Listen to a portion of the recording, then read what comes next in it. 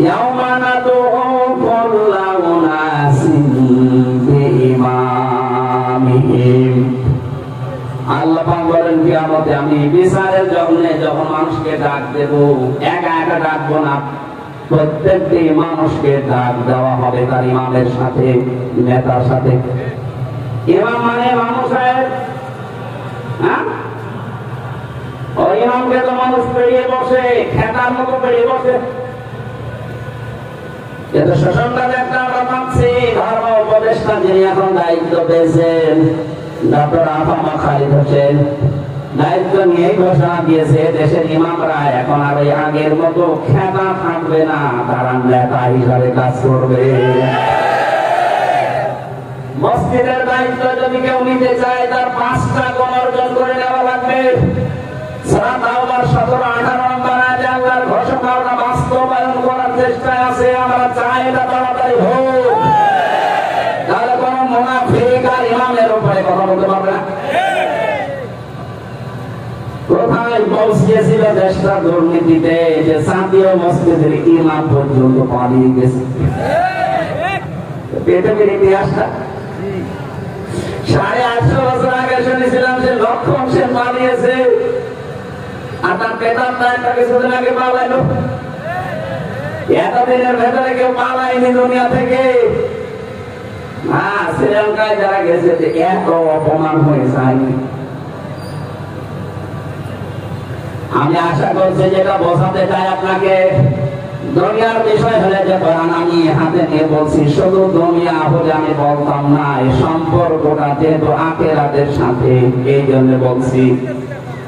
কিয়ামতের প্রতিটি মানুষকে আল্লাহ ডাকবেন বিচার করার জন্য, একা একা না। প্রথম ধাপে একা একা, ওয়া কুল্লুহুম আতিহি ইয়াউমাল কিয়ামাতি ফারদা। প্রথম ধাপে ডাকবেন একা, দ্বিতীয় ধাপে আর একা না, এবার ডাকবে আপনার নেতার সাথে। মাদার প্রবাসী বলেন তো আপনি যাকে নেতা মানেন, এখানে কে দায়িত্বে আছে আমরা জানি না। সারা দেশের জন্য বলছি, যাদেরকে আপনি নেতা মেনে চলেন, যারা আদর্শ মতো আপনি স্লোগান দেন, ভোট দেবেন বলে আশা করে আছেন, আর ওইদিকে না তাকিয়ে নিচের দিকে তাকিয়ে হবেন। আমি আপনার জন্য বলছি, যে লোকটার পেছনে আপনি থাকেন, যাকে নেতৃত্ব মানেন, যার কথা মতো চলেন, যাকে ভোট দেবেন বলে আপনি আশা করে আছেন, ওই লোকটা কিয়ামতে আপনার সামনে থাকবে, আপনি পেছনে। কি মনে হচ্ছে আপনার ওকে দেখলে আল্লাহ কি মাফ করতে ইচ্ছে হবে? হ্যাঁ, দেখবে এখন বসে তো ধরা খাবে।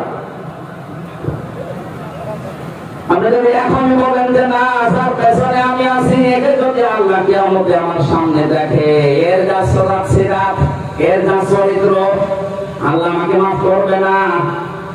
মানে এরপরও যদি আপনি ওইভাবে থাকেন, আপনি তো খাদে পড়বেন, আমি দেখতে পাচ্ছি। আল্লাহর কসম করে বলছে আপনি ধরা খাবেন। আমি কোরআনের চোখ লাগিয়ে দেখলাম যে আপনি ধরা খাবেন, আপনি থামেন। এটা ঠিক করবেন আজকে। যেরকম আল্লাহ রাসূলকে মানে না, আমার বাবা ভোটে ওর পেছনে আমি আজকে থেকে নেই, এটা রাজনীতি। যেদিন ধরা খাবেন ওই দিন বলবেন হামলা এসেছিল বলে নাই, এটা বললাম। আপনি যারা ধরা না খান, এমন মানুষের পেছনে থাকবেন যাকে দেখলে আল্লাহ ভালো লাগবে। নবীজি বলেন, আল্লাহ ওয়ালা মানুষ তো ওইটা আসারে দেখলে আমার আল্লাহর কথা মনে হয়, বুঝবা ওইটা আল্লাহ ওয়ালা মানুষ। এরপর আপনি টের পান না। আমার তো নিজের চোখে দেখা বাস্তবতা যেটা, ডাক্তার শফিকুর রহমান, এই লোকটাকে দেখলে আমার কেন জানি আল্লাহর কথা মনে হয়। জেলখানার ভেতরে দেখেছি 40 মিনিট 45 মিনিট 1 ঘন্টা সেজদায় পড়ে পড়ে অঝোর নয়নে কাঁদতেছে, শুধু নিজের জন্য না, জাতির জন্য। অথচ তার ছেলেরা ওই সময় জেলখানায়, বউ অসুস্থ, তার দলীয় লোকগুলো সব পালিয়ে বেড়াচ্ছে, কেউ জেলখানায় আটক আছে, কেউ গুম হয়ে আছে। এই কঠিন পরিস্থিতিতে 40-45 1 ঘন্টা পর্যন্ত শুধু সেজদায় কাঁদতেছে, এত কষ্ট করার পরেও। আমরা এমন মানুষকে পেয়েছি নেতা, রাত 12টার পরে যা ঠিক মতো মাটিতে পা পড়ে না, পা পড়ে না। লাল পানি খেয়ে কলা গাছকে ধাক্কা দিয়ে বলে বড় ভাই সাইড দেন, আর কতক্ষণ দাঁড়াবো? আমি আর নিচে নামলাম না। এরপরও যদি কারো বিবেক না খোলে, আমার মনে হয় বিবেকের উপরে দুপুরে পোশাক করে দিয়েছে। ঠিক কোন জেলা এটা? পাবনা। পাবনার মানুষের নেতা আর একটু হালকা কাটা আছে। কি বলছে? বিবেক এখনো যদি না করে, সত্যি আপনি বিশ্বাস করে নেন আপনাকে আল্লাহ জাহান্নামে দেবে, এই জন্য বানিয়েছে। এটা আমি বানালাম। সূরা আল-আরাফ 9 নম্বর পারা 13 নম্বর পৃষ্ঠার 1ম নম্বর লাইনের 179 নম্বর আয়াত। দলিলগুলো লম্বা করতে পারছি না, বাড়িতে তাফসীরে মিলিয়ে নিয়ে আপনি আসলে মানুষ আছেন না জানোয়ার হয়ে গেছেন। কোরআনে কারীমে আছে লাহুম কুলুবুন লা ইয়াফকাহুনা বিহা, যাদের কলব আছে, হৃদয় আছে, কিন্তু চিন্তা নেই, এই মানুষগুলোকে আমার আল্লাহ জাহান্নামে দেবে, এই জন্য বানিয়েছে। ওয়ালাকাদ যারানা লিজাহান্নামা কাসীরাম মিনাল জিন্নি ওয়াল ইনস, অধিকাংশ মানুষ আর জিন জাহান্নামে যাবে, এই জন্য তাদের বানিয়েছি। তার 1ম নাম্বার কোয়ালিটি এইটা যে মানুষগুলো তাদের বিবেক বুদ্ধি কাজে লাগায় না। চিন্তা থাকার পরেও যারা চিন্তা করে না, এখানে তো পাগল বসে নেই আপনি, চিন্তা শক্তি আছে আপনার। আমি খেলা করার জন্য, ইয়ারকি মারার জন্য কথা বলছি না, আমি আমার ইমান থেকে বলছি, আপনি যেন মেনে নিতে পারেন। আজকে থেকে সিদ্ধান্ত পাল্টিয়ে বাড়ি যাবেন, নাইলে মাহফিল দেওয়ার দরকার নেই। আল্লাহ রাসূলকে যে লোকটা মানি না, ওটা আমার আপন ভাই হলে ওকে আমি বলেন, এটা সেই ইসলাম আসবে ইনশাআল্লাহ। 58 জন যখন হয়ে গেছে, আর মাসখানেক যেতে দেন, এদেশে যখন 100 জনের আমার মনে হয় 70 জন চাইবে যে ইসলাম দিয়ে দেশটা চলবে, কোন মহারবী আর বাধা দিয়ে পারবে না দেশে ইসলাম থাকবে। ওটা আমরা দেখতে পাচ্ছি সামনে।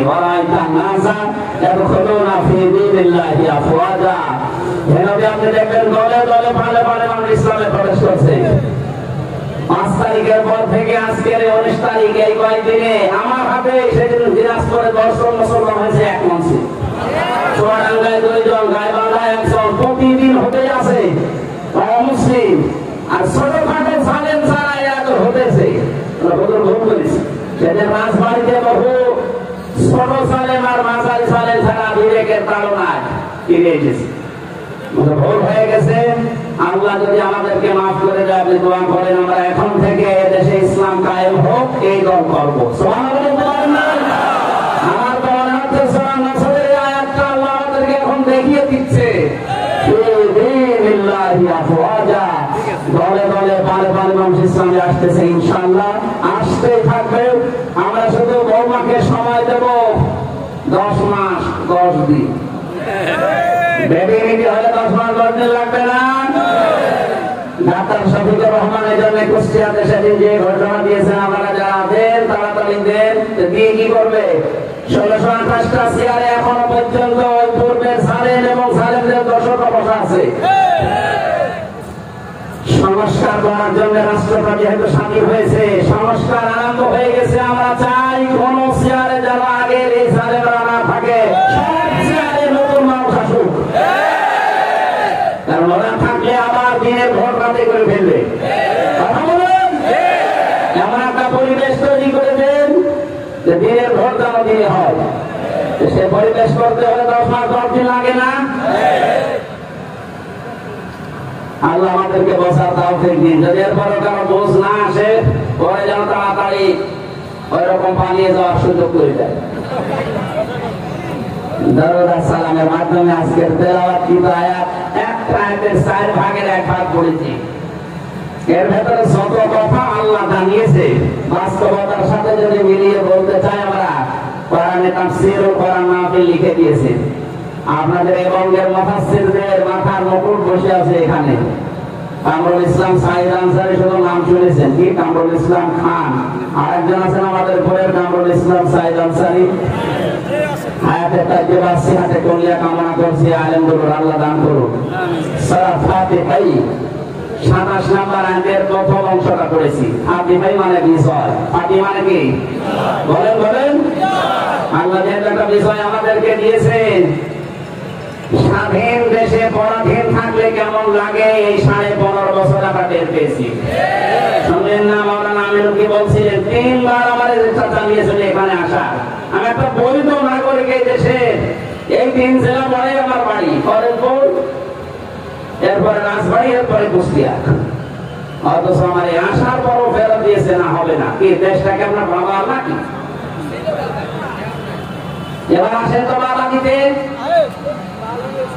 সেদিন বাংলাদেশের গোয়েন্দা বিভাগের সর্বোচ্চ দায়িত্বে এখন যিনি পেয়েছেন, তিনি আমাকে কল দিয়েছিল। বলো হুজুর, সারা বাংলাদেশের 56,000 বর্গ মাইলের কোন জায়গায় কোরআনের কথা বলতে বাধা নেই। সেখানে যে ফোর্সে বলা লাগে, আল্লাহ যেভাবে জানিয়েছে ওইভাবে আপনি চালান। যদি কেউ বাধা দেয়, শুধু বাবার নাম, তার নাম আর জায়গার নাম আমার পাঠাও, ঠ্যাং খুলে ফেলবো। বললাম, স্যার আপনি এতদিন ছিলেন কোথায়? হুজুর, আমি নতুন দায়িত্ব পেয়েছি। আমি একজন মুসলিম। অন্যান্য ধর্মের মানুষরা যেভাবে তাদের ধর্ম পালন করে, প্রচার করে, এ দেশে কোরআনের আলোচনা এইভাবে প্রচার হবে। কোন অনুমতি নেওয়ার দরকার নেই। আমরা এটা চাই। কথা বলি না কেন? একটু উন্মুক্ত করে দেন, দেখেন মানুষ কিভাবে দলে দলে পালে পালে ইসলামে আসে। এই জন্য অনেকের মাথা খারাপ হয়ে গেছে, না জানি আবার আমার থালা হারিয়ে যায় কিনা। আমাদের এখন যে দায়িত্বটা আছে সামনে, বিশ্ব নবীকে আল্লাহ যেটা দেখিয়েছিলেন, নবী এখন নেই, নবীর ওয়ারিসরা আছে। আমরা মিলাবো নবীর ওই স্বপ্নের সাথে নবীর উত্তরাধিকারীদের স্বপ্ন বাস্তবে মেলে কিনা। আল্লাহ রাব্বুল আলামিন বলেন, লাকাদ সাদাকাল্লাহু রাসূলাহুর রুয়া বিল হাক্কি লা তাদখুলুন্নাল মাসজিদাল হারাম ইনশাআল্লাহু আমিন। বলুন আল্লাহু আকবার। আল্লাহ লাকাদ দিয়ে আরম্ভ করলেন, অবশ্যই সাদাকাল্লাহু, আল্লাহ নিজে সত্যে প্রমাণিত করেছেন। আল্লাহ মাঝে শিখা দিয়েছেন। আমরা জানি আরবি গ্রামার অনুযায়ী অতীতের শব্দ চয়ন আল্লাহ যখন করেন, তার আগে 13টা বিষয় আছে, শব্দ আছে, সিন, সাফা, কদ, লাম, এরকম আছে। কোনটা আসলে সেটার অর্থ হয় বর্তমান এবং ভবিষ্যৎ। আল্লাহ গ্যারান্টি দিয়ে জানাচ্ছেন, অবশ্যই আমি আল্লাহ সত্যে প্রমাণিত করছি কর্ম রাসূলহু, তার রাসূলের রুয়া বিল হক, রাসূল যে স্বপ্ন দেখেছিলেন ওই স্বপ্নকে সঠিকভাবে বাস্তবায়ন করার দায়িত্ব আমি আল্লাহ। জোরে বলেন সুবহানাল্লাহ। বিশ্বনবী স্বপ্ন দেখেছিলেন, নিরাপত্তার সাথে তিনি মসজিদে হারামে প্রবেশ করছেন। হজের যত কাজ আছে সব তিনি প্রমাণ করছেন, পালন করছেন, কোনো বাধা নেই। এটা দেখার পরে 10,000 মানুষ নিয়ে 1300-1400 মানুষ নিয়ে তিনি এসেছিলেন। হুদায়বিয়ার যে সন্ধির কথা আমরা শুনি, ওই জায়গায় এসে বাধাপ্রাপ্ত হলেন। ওরা জানিয়েছে, না এবছরে তোমাদেরকে হজ করতে দেব না। হযরত উসমানকে নবীজি পাঠিয়ে দিলেন, যাও একটু মিল মাস করা যায় কিনা। হযরত ওসমানকে ওরা আটক করে ঘোষণা দিয়ে দিল, হযরত ওসমানকে আমরা হত্যা করে ফেলেছি। মুসলমানেরা এখান থেকে একটা শিক্ষা আমি বের করতে চাচ্ছি। 1500 বছর আগে হুদায়বিয়া নামক যে জায়গায় নবীজি শুনলেন যে ওসমানকে ওরা হত্যা করে ফেলেছে, শুধু এই মিথ্যা সংবাদ ওরা ছড়িয়ে দিয়েছে। ওই ভাবনা কাছে রয়েছে, আল্লাহ নবী নিজের হাতটা এভাবে ফেলে দিলেন, সাহাবীদেরকে বললেন, ইহরামের যে কাপড় পরা আছে খুলে ফেলো। রোজা রাখা অবস্থায় ছিলেন, বললেন রোজা ভেঙে ফেলো। খুব খেয়াল করবেন, আজ অনেকে ফতোয়াবাজি আরম্ভ করছে বিভিন্ন লাইন থেকে। তাদের জন্য বলছি, যারা হজ করেছে এখানে তো অধিকাংশ আমি দেখলাম হাজি। আমরা জানি ইহরাম বাঁধা অবস্থায় যদি চুল খসে এমনিতে আপনি ছিঁড়িয়ে ফেলেন দম দেওয়া লাগে। ইচ্ছা করে কাপড় খুললে আপনার হজ শেষ, এহরামের কাপড় হজ শেষ হওয়ার আগ পর্যন্ত আপনি খুলতে পারবেন না। অথচ নবীজি নিজে বলছেন কেন খুলে ফেলো, নতুন কাপড় সাধারণ কাপড় পরিধান করো। উনি কি জানতেন না যে এহরামের কাপড় খুলে ফেললে হজ শেষ? জানতেন না? এখন রোজা রাখা অবস্থায় রোজা রাখবো না, পরে রেখে দেবো, আগে খাবার খেয়ে শরীরের শক্তি তৈরি করো।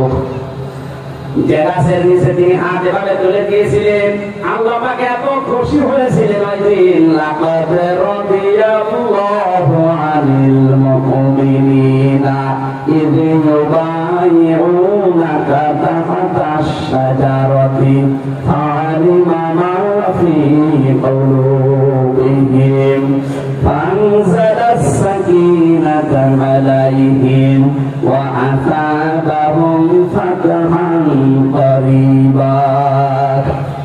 আমার তো মনে হচ্ছে যে 1000 বছর আগে না, এই আয়াতটা কেবল 5 তারিখের আগস্টে নাযিল হয়েছে। আল্লাহ বলেন অবশ্যই আমি রাজি হয়ে গেছি। এই বাবলা গাছের নিচে আপনার হাতের উপরে যারা হাত রেখে বায়াত নিচ্ছে, নবীজি বললেন ওরা উসমানকে আটক করে হত্যা করেছে, উসমান হত্যার বদলা না নিয়ে আমরা মদিনায় ফেরত যাব না। আপনি ঘটনা শোনার পরে সুবহানাল্লাহ আলহামদুলিল্লাহ আল্লাহু আকবার বলে শেষ করে দেবেন না, আমি এটার জন্য বলছি না, এটা ইবনে কাসির থেকে পড়েছি যে শিক্ষাটা এইটা শোনাতে চাচ্ছি। নবীজি যখন হাত দিয়েছিলেন বললেন আমার হাতের উপর আজকে যারা হাত দিলেন প্রত্যেকের উপরে আল্লাহ রাজি হয়ে গেছে। আমরা আজ বায়াত নেওয়ার জন্য ৪৮,০০০ পীর এই দেশে বায়াত নিতে যায়। কিসের বায়াত নেন আপনি? অন্যায় যেখানে, অন্যায়ের প্রতিবাদ করার জন্য বায়াত হবে সেখানে, এটার নাম বায়াত। আর বায়াত নেছে যেটা করছে করুক, লা ইলাহা ইল্লাল্লাহ, কাউকে কিছু বলবো না, বায়াত দিচ্ছে। নবীজি বায়াত দিলেন, ওরা উসমানকে হত্যা করেছেন, একজন নিরপরাধ মানুষকে মেরে ফেলেছে, এটা আমি আর সহ্য করবো না। ফরজ হজ বাদ, ফরজ রোজা বাদ, পরে করে দেবো, আগে হত্যার প্রতিশোধ নিয়ে বাড়ি যাবো। এদেশে যখন দিনের পরে দিন একটা একটা করে মানুষ হত্যা হওয়া আরম্ভ হয়েছিল 5 তারিখের আগে, আপনারা গোপন বিষয় জানেন না, 4 তারিখ রাতে এই দেশের বৈষম্য বিরোধী ছাত্র আন্দোলনে যারা আছে 1000-এর উপরে তারা রাতের বেলা সিদ্ধান্ত নিয়েছিল সকাল আসতে আসতে যদি জানেন বিদায় করতে না পারি বাড়ি ফেরত যাব না। 1000 বছর আগে হুদায়বিয়ার সন্ধির মতো যারা, সাহাবায়ে কেরামের মতো যারা সঠিক অটল সিদ্ধান্ত নিয়েছে, আমার আল্লাহ মনে হচ্ছে তাদের উপরে রাজি হয়ে সবাইকে শাহাদাতের মর্যাদা দিয়ে দিয়েছে। শহীদ আবু সাঈদ সহ, ইয়ামের রায়হান মুগ্ধ সহ যত মানুষ শহীদ হয়েছে 5 তারিখের আগ পর্যন্ত, আপনি বাস্তবতা টের পান না, মনে করেন এমনি স্বাধীন হয়ে গেল না। নবীজির হাতে যারা হাত দিয়েছিল 1399 জনের একজনকে ওরা যেহেতু হত্যার কথা বলেছে উসমানকে, নবীকে নিজের আরেকটা হাত উপরে দিয়ে বললেন এটা উসমানের হাত, কারণ আজকে এখানে যারা হাত দিয়েছে অন্যায়ের প্রতিবাদ করার জন্য সবার উপরে আমার আল্লাহ রাজি হয়ে গেছে। আমার তো মনে হচ্ছিল সূরা ফাতিহার 18 নম্বর আয়াত পড়ার পর 1000 বছর আগে বাবলা গাছের নিচে হুদায়বিয়ার এই জায়গাতে আল্লাহ যেভাবে খুশি হয়ে আয়াত নাযিল করেছিলেন, 2024 সালের আগস্ট মাসের 5 তারিখে 1000 মর্দে মুজাহিদ যারা এদেশে মানুষ হত্যা বন্ধ করার জন্য, বৈষম্য দূর করার জন্য বাড়ি থেকে বিদায় নিয়ে সিদ্ধান্ত নিয়েছিল যে জীবন দেব, বাড়ি আর যাব না, আল্লাহ তাদের উপর খুশি হয়ে স্বাধীন করে দিয়েছে। আল্লাহ পাক বলেন রাসূলুহু রুয়া বিল হক, রাসূলের স্বপ্নকে আমি বাস্তব দেখিয়েছি। সাহাবায়ে কেরাম তখন বললেন, হে নবী আপনি কি বলেন যে আপনার স্বপ্ন নাকি সত্য? এখন তো আমাদের হজ না করে ফেরত দেওয়া লাগছে, আল্লাহর নবী শুনিয়েছিলেন সাহাবীরা সময় দাও অপেক্ষা করো, আল্লাহ এটা বাস্তবে রূপ দেবে। আল্লাহ দেয়নি, কথা বলেন না কেন? আজ আমাদের সিদ্ধান্ত নেওয়া লাগবে, এক মাস কয়েকদিন পরে এদেশে যদি আর কোন মানুষ বিনা কারণে হত্যা হয়, বিনা কারণে কাউকে মেরে ফেলা হয়, আল্লামা সাইদির তৃতীয় সন্তান মাসুদ সাইদি কালকে ঘোষণা দিয়েছে, আমার বাবাকে ওরা চিকিৎসার নামে পরিকল্পিতভাবে হত্যা করেছে। আন্তর্জাতিক অপরাধ ট্রাইব্যুনালে মামলা দিয়েছে 113টার উপরে। আন্তর্জাতিক প্রসিকিউটর যারা আন্তর্জাতিক আদালতে মামলা লড়ে, তারা এখন ঘোষণা দিচ্ছে এদেশে সালেম সিনি বিদায় নিয়েছে, তাকে যদি মিথ্যা কিছু না দিয়ে সত্যের উপর বিচার করা যায় তাহলে 100 বার তার ফাঁসি দেওয়া যাবে। ওরা উসমানকে হত্যা করে যদি একটা সিদ্ধান্ত নিতে পারে, এ হত্যার বদলা না নিয়ে বাড়ি যাব না, ওরা ভয়ে উসমানকে ছেড়ে দিয়েছে। আজ 1000 বছর পরে বাংলার 18 কোটি মানুষ যদি এই সিদ্ধান্ত নিতে পারে যে আর কেউ যদি হত্যা হয় বিনা কারণে, কাউকে আমরা ছেড়ে দেব না, এদেশে অবৈধ হত্যা এমনি কিয়ামতের আগে বন্ধ হয়ে যাবে।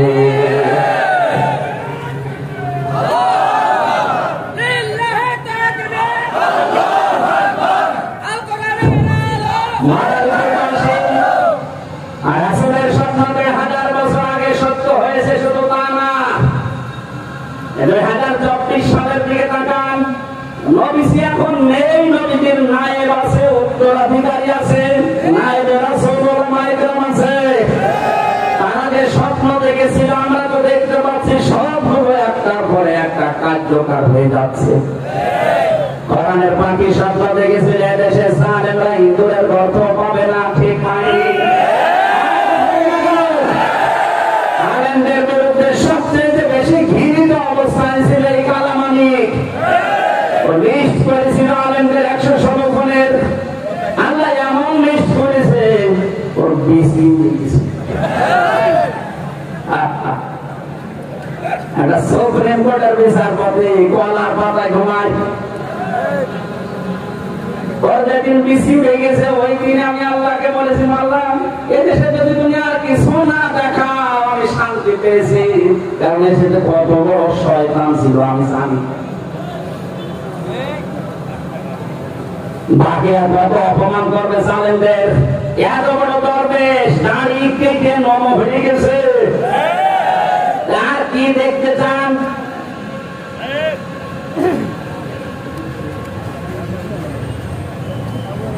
বলেছিল শুধু নাড়া দেওয়া হবে দেশে, দিল্লি গিয়ে মরবে, ওনার যে স্বপ্ন আজ দেখলাম ঠিক আমরা একটু নাড়া দিয়েছি, ঠিক দিল্লি গিয়ে পড়েছে।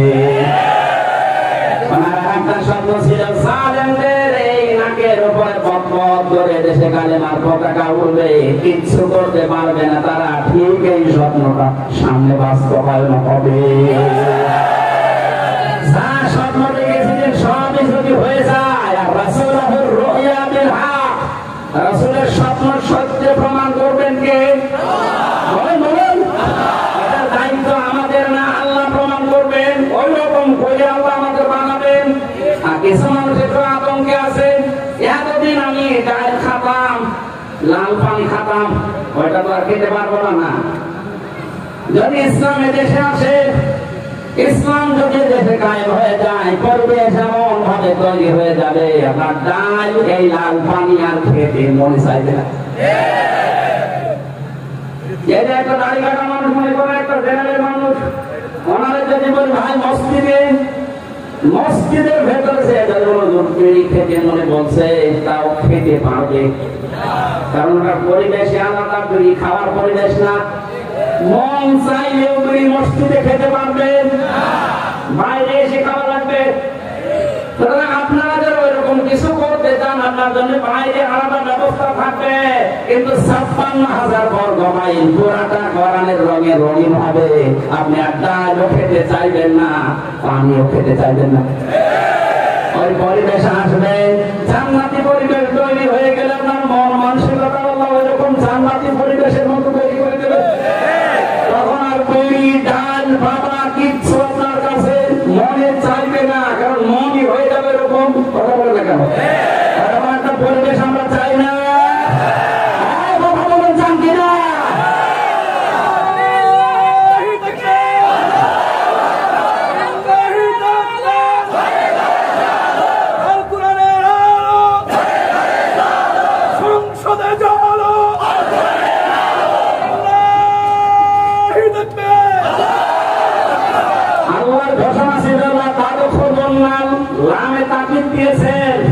লা তাদখুলুল মাসজিদাল হারামা ইনশাআল্লাহু আমিন।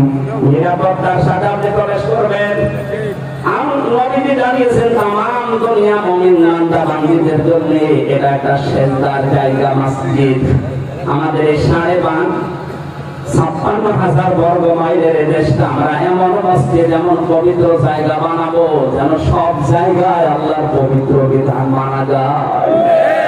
আমরা নিরাপত্তার সাথে জন্ম। নবীজি যেভাবে জানিয়েছিলেন এমন সময় আসবে যুবতী মেয়ে সানা থেকে হাজরা মাউত পৌঁছাবে, আল্লাহর ভয় ছাড়া তার অন্তরের ভেতরে কোনো ভয় থাকবে না। ওইরকম একটা পরিবেশ আমরা দেখতে চাই কিনা? বলেন বলেন। বড় কিছু তো দেখলাম 52 বছরে, শুধুমাত্র জীবনের আকাঙ্ক্ষা এইটা দিয়ে বাংলাদেশটা চললে কেমন দেখা যায় এটা আজও দেখিনি। আল্লাহ, মুসাফির অবস্থায় আছি, মাসরুম অবস্থায় আছি, অসুস্থ অবস্থায় আছি, হাজারো বান্দা বান্দীদের নিয়ে দোয়া করছি। আল্লাহ আমাদের চর্মযোগে দেখার তৌফিক দাও যে এইটা দিয়ে দেশ চলছে। আপনি দেখবেন যত রকমের ভয় আজ বাতিলরা দেখাচ্ছে, একটা ভয় থাকবে না। মেয়েদেরকে যে কিছু ভয় দেখানো হচ্ছে, এই ভয়টা পুরা একেবারে নিরাপত্তায় প্রমাণিত হয়ে যাবে দেশে ইনশাআল্লাহ। আল্লাহ তুমি চর্মযোগে এটা দেখার তৌফিক আমাদের দিও। কিচ্ছু চাই না, অন্তত চোখে দেখতে চাই যে দেশটা কোরআন দিয়ে চলছে।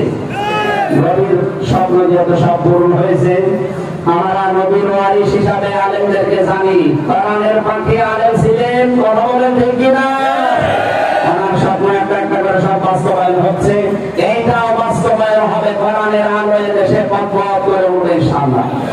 আল্লাহ রাব্বুল আলামিন, আমি মেয়েদেরকে নিয়ে জেলখানায় বসা অবস্থায় তাদের পারিবারিক জীবন নিয়ে কয়েকটা বই লিখেছিলাম। আমার গাড়িতে আছে, যাওয়ার সময় নিয়ে মেয়েকে আর বউকে উপহার দেবেন। পারিবারিক দাম্পত্য কলহ দূর হবে ইনশাআল্লাহ। খালি ছাপানোর খরচা দিয়েছেন, আপনার বাড়ি টাকা লাগবে। ওই যে বই আছে, ওখানতে নিয়ে বাড়িতে নিজেদের স্ত্রীকে পড়াবেন, মেয়েকে পড়াবেন, পরিবারের শান্তি আসবে ইনশাআল্লাহ। আল্লাহুম্মা আমিন। লা ইলাহা ইল্লা আনতা সুবহানাকা ইন্নী কুনতু মিনাজ জালিমিন। আল্লাহ তাআলা, আমাদের এই প্রচন্ড গরমে সব কাজ বাদ দিয়ে তোমার কোরআন কারীম শুনতেছিলাম। এত আগ্রহ যাদের কোরআন শোনা, আর এদেরকে তুমি কোরআনের হেদায়েত দিয়ে দাও। হযরত ওমরের মতো বানিয়ে দাও। মাহফিল বাস্তবায়ন করতে গিয়ে তোমার বান্দা হাফেজ মাওলানা আমিনুল ইসলাম তার সন্তান পর্যন্ত হাসপাতালে রেখে দৌড়ে এসেছে, ছুটে এসেছে। আলেমদের এবং মুসল্লিদের উপরে তার এত ভরসা যে দোয়া তুমি নাকি ফেরত দেবে না, তার সন্তানটাকে তুমি শেফায়ে কামিলা আজেরা দিয়ে দাও। রব্বুল আলামিন, বড় আশা তোমার কোরআন দিয়ে দেশটা চললে কেমন দেখা যায় তা দেখার। তুমি জীবনে যদি কিছু করো না করো, এই মোনাজাতটা কবুল করো। তার মধ্যে যেন দেখতে পারি দেশটা তোমার কোরআন দিয়ে চলছে। কত আলেম এখানে বসে আছেন। মাওলানা কামরুল ইসলাম সাইদ আনসারী, মাওলানা কামরুল ইসলাম খান, হারুনুর রশিদ সহ, মামুনুল আব্দুল্লাহ মামুন সহ যত আলেম এখানে বসে আছেন, আল্লাহ আলেমদের হায়াতের কাজে বাসিয়াতে কল্যাণ দিয়ে দাও। মা বোনদের জন্য আলাদা করে কিছু বলতে পারলাম না, তুমি তাদেরকে আয়েশার মতো, খাদিজার মতো চরিত্র দিয়ে দাও। তাদের ঈমান আমল বাড়িয়ে দাও। স্বামী সংসারে তাদের অশান্তি আছে, আল্লাহ তুমি শান্তি দাও। আমাদের দেশটাকে তুমি কোরআনে কারিমের রং দিয়ে পাল্টিয়ে দাও। আমরা অনেকে অসুস্থ আছি, শেফায়ে কামিলা আজেরা নসিব করো আমাদের। যারা এই মাহফিলের জন্য চেষ্টা চালিয়েছে, আল্লাহ তোমার রহমত তাদের দিকে এগিয়ে দাও। এলাকায় যত মানুষ কবরে আছে, কোরআনের ইজ্জতে মাফ করে দাও। জানি না কার কাপড়ের কাপড় এই কালগিরি বাজারে, সাহেব রামপুর বাজারে এসে পড়ে আছে। রব্বুল আলামিন, ওই সাদা কাপড় শরীরে লাগানোর আগে তোমার ওই কালেমাটা যেন একবার হলেও বলতে পারি, লা ইলাহা ইল্লাল্লাহু মুহাম্মাদুর রাসূলুল্লাহ।